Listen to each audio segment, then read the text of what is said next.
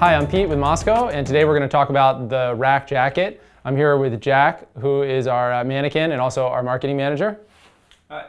Jack is 6'2", 175 pounds, and he's wearing a large Rak jacket, and that's over our force field adventure harness, and he's got the Liat elbows plus a jersey and a base layer under that. So that's about what it looks like size-wise. So the idea with the Rak was to come up with a jacket that is very packable, also very tough, very waterproof, and to basically make a jacket that's too simple to fail. So we wanted to have the minimum number of pockets, minimum number of zippers, minimum number of vents. You know, a jacket that can really last on an extended round-the-world trip, and you don't have to worry about running into failures of various trims and components and things like that. So the Rak fills a really important spot in our product line. Last year we introduced the Deluge and the Basilisk. The Deluge is at one end of the spectrum on packability. The Basilisk is at the other end of the spectrum on durability.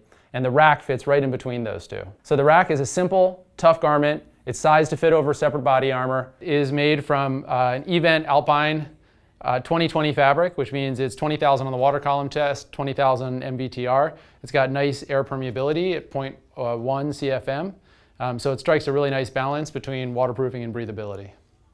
The face fabric is a very tough face fabric. So it's got good abrasion resistance and will hold up well in a crash. We offer the Rak in two different colors. Jack is wearing the navy blue, and this is our red ochre.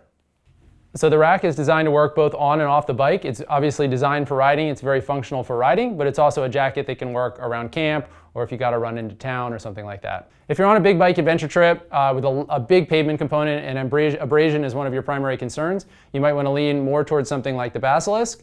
But the Rak is definitely designed with abrasion in mind. I personally went for a pavement slide in one this winter, and it held up great. In fact, it was still completely waterproof after the slide, although I injured my ankle, unfortunately, in that same slide. But it's definitely a very tough material, substantially tougher than the Deluge. So for long distance travel, this is a jacket that will definitely work for that. So a natural question about the anorak, about the Rak jacket is, why did we design it as an anorak and not a full front zipper? The answer is wind and water resistance. We take a lot of ideas from other outdoor sports. In this particular case, we wanted to create a very simple garment that water just absolutely cannot get into. And so we looked at sports like kayaking, offshore sailing, mountaineering, which really put a high premium on water resistance. And that's where the idea for an anorak originated from. All of our zippers on the Rak are the YKK Vislon AquaGuard zippers, one of the best water repellent zippers you can get. The main body fabric of the Rak is treated with a DWR treatment, which stands for durable water repellency. The Rak features a half side zip for easy on-off. The sleeve openings have these glove-friendly cuffs with a waterproof gusset. So we have a cohesive drawstring adjustment in the waist and also at the neck. There are two hand pockets, as Jack is demonstrating here. There's one chest pocket, which is great for holding your phone or wallet.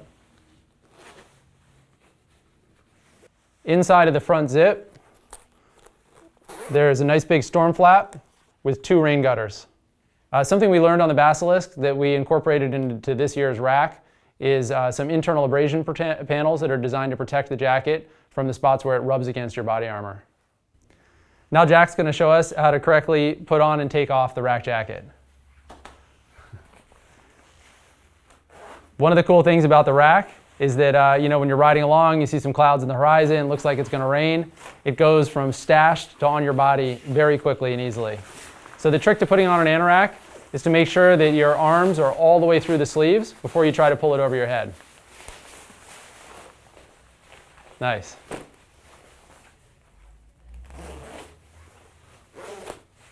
Perfect. So to take off the anorak, first you undo the chest zip, then you undo the side zip, then reach behind your head, pull it over your head, and the objective is to get it off one arm first and then the other arm. To roll up the Rak jacket, you're going to put the sleeves in like this, fold in the sides, and then you're going to roll from the bottom like this.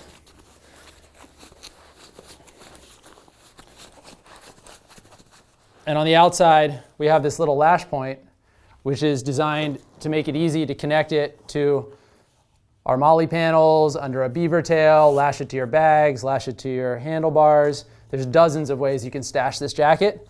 That's how it works on the molly panel.